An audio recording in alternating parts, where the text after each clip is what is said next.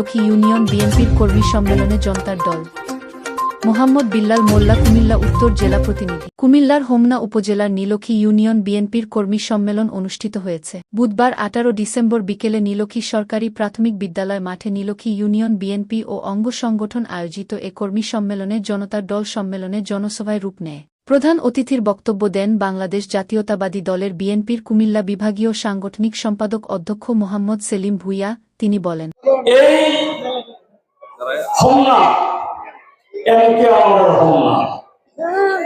এই হোমনার মাটি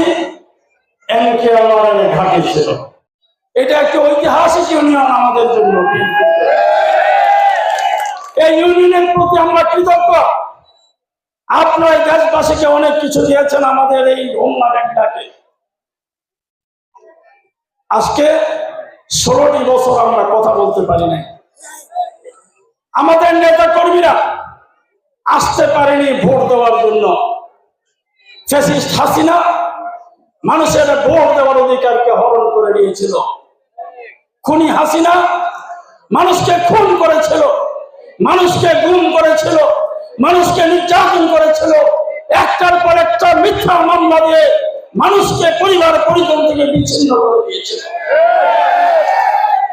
ছাত্র জনতা 5ই আগস্ট, ছাত্র জনতার বিজয়, এই বিজয়ে মুখ্য ভূমিকা পালন করেছিল বাংলাদেশ জাতীয়তাবাদী দল, যার পিছন থেকে নেতৃত্ব দিয়েছিল আমাদের নেতা জননেতা তারেক রহমান। যখন ছাত্ররা ব্যর্থ হয়েছে, যখন ছাত্রদের বুকের উপরে গুলি চালিয়েছে আওয়ামী লীগ, তখন তারেক রহমান নির্দেশ দিয়েছেন ছাত্রদের পাশে দাঁড়ান। আমার উপর দায়িত্ব ছিল কুমিল্লার একটি খুব বড় একটি এলাকা। আমি ঘুমকে হারাম করে দিনরাত পরিশ্রম করেছি তারেক রহমান সাহেবের নির্দেশ পালন করার জন্য, এবং এক কাপড়ে আমি 11 দিন কাটিয়েছি। হোমনা উপজেলা বিএনপির যুগ্ম আহ্বায়ক মোহাম্মদ শামছুদ্দিন চেয়ারম্যান এর সভাপতিত্বে এতে প্রধান বক্তা ছিলেন কুমিল্লা উত্তর জেলা বিএনপির আহ্বায়ক আক্তারুজ্জামান সরকার। তিনি বলেন, এই কর্মী সম্মেলনে যেই জনসভায় রূপান্তরিত করেছেন, আজকে মরহুম এম কানাল আত্মা শান্তি পেয়েছে। সেই সাথে আমি কুমিল্লা উত্তর জেলা বিএনপির পক্ষ থেকে আপনাদেরকে আবারও ধন্যবাদ এবং কৃতজ্ঞতা প্রকাশ করছি। আজকের প্রধান অতিথিকে আপনারা দেখিয়ে দিয়েছেন হোমনার মানুষ কিভাবে এম কানাল সাহেবকে শ্রদ্ধা করত, এবং সারা বাংলাদেশে আজকে আপনারা জানেন এই সরকারি কর্মকর্তাদের পানিশমেন্ট এরিয়া হিসাবে হোমনা ছিল। এক সময় বলতো হোমনা না, এটা ওমনা। যদি সরকারি কর্মকর্তারা এখানে তাদেরকে রাঙ্গামাটি তথা পার্বত্য জেলা এবং হোমনা ট্রান্সফার করতো, তাইলে তারা ভয় আতঙ্ক হতো।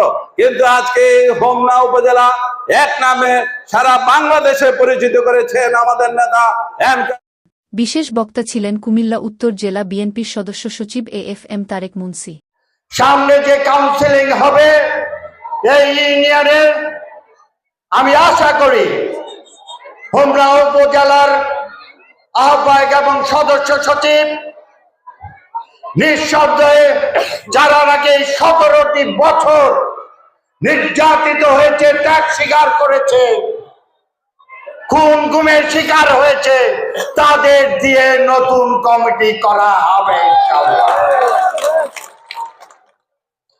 এখানে আমাদের কোন প্রকারে যাতে আওয়ামী লীগের সহচর ধান্দাবাজ লুটেরা যাতে না ঢুকতে পারে।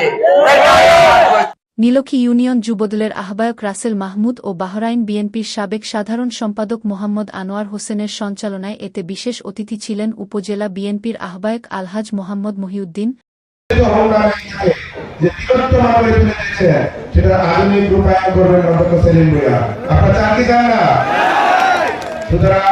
আগামী জাতীয় সংসদ নির্বাচনে আমরা স্বতঃস্ফূর্তভাবে অধ্যক্ষ সেলিম ভুঁইয়াকে নির্বাচিত করে হোমনার প্রতিনিধি হিসাবে সংসদে প্রেরণ করব এই আশা ব্যক্ত করে, এবং হোমনা উপজেলা বিএনপির পক্ষ থেকে আপনাদেরকে আবারও ধন্যবাদ জানিয়ে আমি আমার বক্তব্য শেষ করছি। খোদা হাফেজ।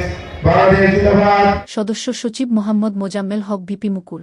হোমনা পৌর বিএনপির আহ্বায়ক ছানাউল্লাহ সরকার, সদস্য সচিব নজরুল ইসলাম, সিনিয়র যুগ্ম আহ্বায়ক আলহাজ আব্দুল লতিফ, উপজেলা বিএনপির যুগ্ম আহ্বায়ক মোহাম্মদ সাইদুল হাসান শাহিন, মোহাম্মদ মিজানুর রহমান, মোহাম্মদ হারুন অর রশিদ, আব্দুল ওহাব, শাহ আলম হিমেল, সাইফুল ইসলাম, ভিপি রাজা, শেফালি বেগম, নজরুল ইসলাম, উপজেলা শ্রমিক দলের আহ্বায়ক মনিরুল ইসলাম সরকার, পৌর যুবদলের আহ্বায়ক আলমগীর হোসেন, উপজেলা যুবদলের সিনিয়র যুগ্ম আহ্বায়ক জহিরুল ইসলাম জহির, উপজেলা স্বেচ্ছাসেবক দলের আহ্বায়ক ভিপি ওহিদুজ্জামান মোল্লা, উপজেলা কৃষক দলের সভাপতি জহিরুল ইসলাম জগলু, উপজেলা জাসাসের আহ্বায়ক কামাল হোসেন, উপজেলা ছাত্রদলের সদস্য সচিব ফয়সাল, পৌর ছাত্রদলের আহ্বায়ক জাহিদুল ইসলাম অপু প্রমুখ।